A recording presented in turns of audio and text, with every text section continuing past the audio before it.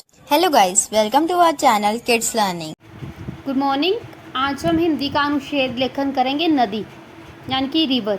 ठीक है, now let's start. नदी प्रकृति की एक अनमोल देन है, यानी कि ये कुदरत की देन है। ये धरती पर जीवन के लिए अत्यंत आवश्यक है। नदियाँ जल का प्रमुख स्रोत होती है जो मनुष्यों, पशुओं, पौधों और कृषि के लिए उपयोगी होती है। भारत में गंगा, यमुना, ब्रह्मपुत्र, गोदावरी जैसी अनेक पवित्र नदियां हैं जो देश की संस्कृति और सभ्यता से भी जुड़ी हुई है।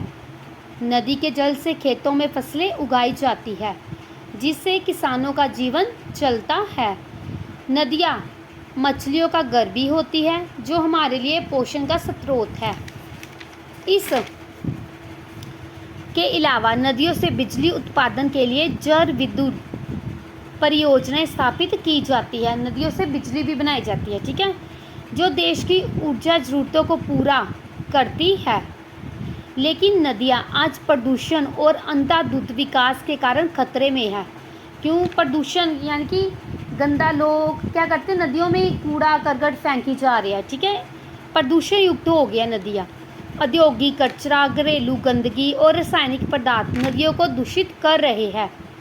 नदियों का जल स्तर भी घट रहा है जिससे पारिस्थितिकी प्रक्रिया पर प्रभाव पड़ रहा है। इसलिए हमें नदियों की रक्षा के लिए जागरूक होना होगा। नदी न केवल जल की धारा है बल्कि ये जीवन की धारा है।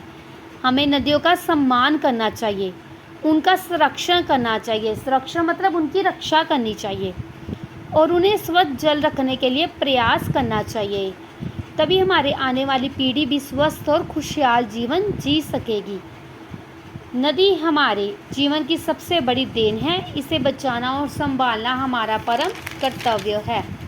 ठीक है, 1.5 पेज का अनुच्छेद लेखन आप कर सकते हो पेपर में। ओके।